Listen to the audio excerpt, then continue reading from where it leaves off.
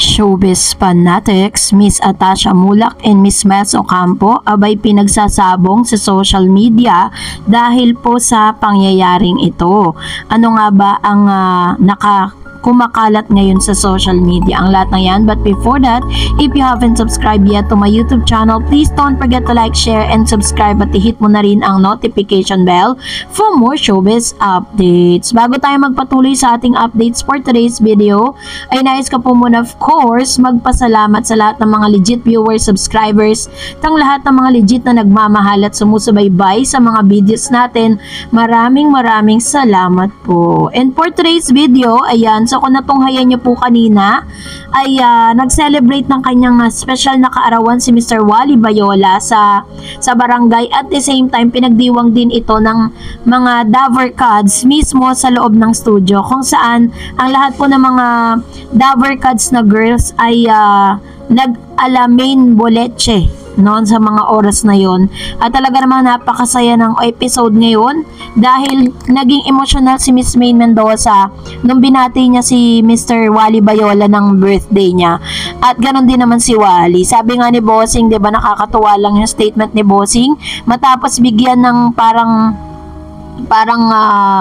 video greetings itong at appreciation si Wally. Sinabi niyang si Wally na daw ang tinaguri ang Employee of the Year, not Employee of the Month but Employee of the Year. Kasi nga naman, 'di ba, makikita naman natin sa ebidensya kung gaano po ka-giving at kung gaano po ka-dedicated si Wally when it comes to portraying a role. 'Di ba, lahat na ata ng klase ng role siya talaga yung gumaganap at binibigay niya yung best niya. At hindi niya po parang binibigo ang lahat ng mga Daver Cards, kasi even si Bossing, si Boss Joey and Tito Vic, yung TBJ ay hindi niya po binigo para po pasayahin, ano. So sa ating team congratulate at happy birthday natin ang isang Wally Bayola.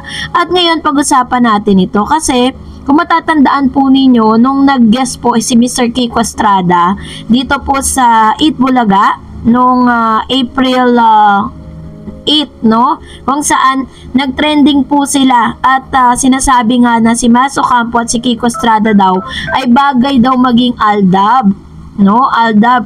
Sabi niyan, Kimi na nga ba ang bagong Aldab ng Eat Bulaga? Yan ang tanong ng netizen at avid fans ng Eat Bulaga. Ang Kimi ang bagong kinagigiliwan at kinakikiligang tandem ni Kiko Estrada at Miles Ocampo. Unang tinukso sina Miles at Kiko noong unang mag-guest ang aktor sa Kapatid Noontime Show last week.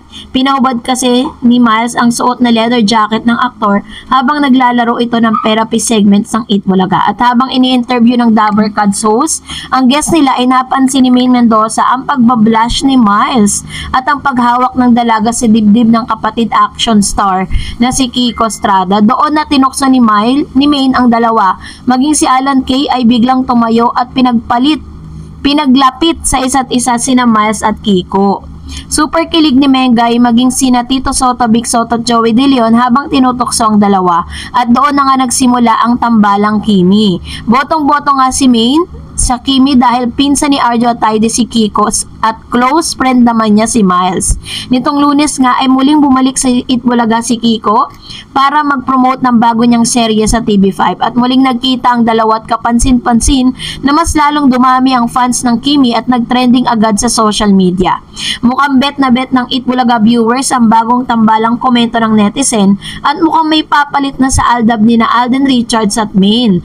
Game na game naman ang pagpapakilig ang Kimi para masustain ang tambalang ito. Ang tanong ng mga team bahay at team online Daver Cards ay kung magiging regular host na nga ba ng TVJ Noontime Show si Kiko, mapantayan naman kaya ng Kimi ang pagiging phenomenal love team ni na Alden at Mengay. So yun po ang tanong, kasi syempre 'di ba parang kung mapapansin kasi ninyo sa Daver Cards, parang puro babae ang add-on. So this is kung talagang sobrang swak, 'di ba? Pwede po talagang maging host itong si Kiko Estrada.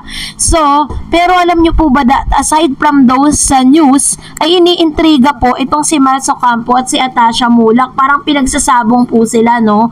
Dahil meron pong isang news update sa lumabas kung saan umamin daw di umano itong si Kiko Estrada na nililink siya o nililink si Kiko Estrada kay Miles, pero ang gusto daw nito ay si Atasha Mulak.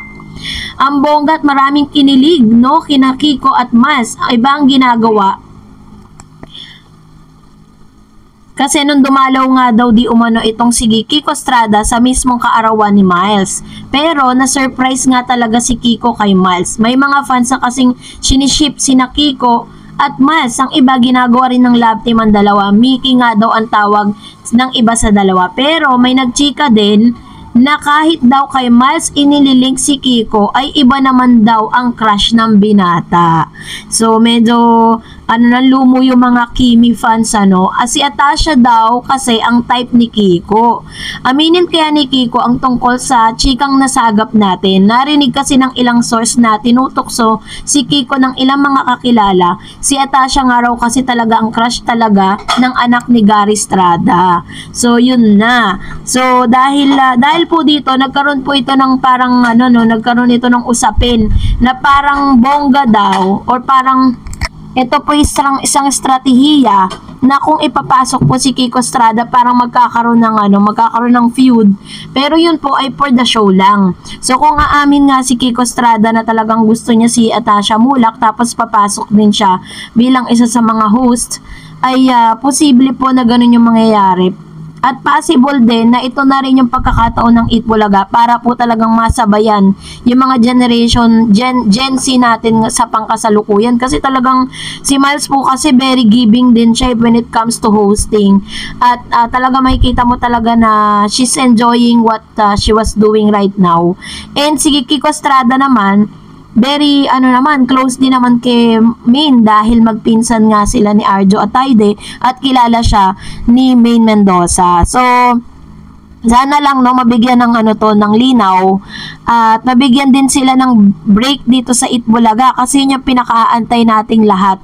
Siya na kaya yung pinakasinasabi ng ilang mga blind items na add-on bilang bagong Dabber Cards kasi as of now, si Mr. Kiko Estrada kasi po ay gumagawa ng kanyang teleserye sa TV5, isang action serye na napapanood po ngayon sa TV5. So ano naman kaya ang say ng pamilya ni Atasha Mulak matapos pong mapabalita na type nitong si Mr. Kiko Estrada, si Miss Atasha Mulak. So ano kayang masasabi ng pamilya nila, no? Dahil alam naman natin na talagang sobra grabe yung bongga yung pagbabantay ni Aga Mulak sa kanyang dalagang si Atasha Mulak. At syempre, si Miles Ocampo in real life is nagkakamabutihan muli sila ng kanyang ex-boyfriend, no, na nung dati niya pong boyfriend na si Elijah. Ayan. So abangan din natin yung kanyang journey, yung kanyang love life, And that's it for today. For more videos and updates, please don't forget to like and subscribe, and please don't forget to follow my Facebook page, The Eds TV. God bless everyone.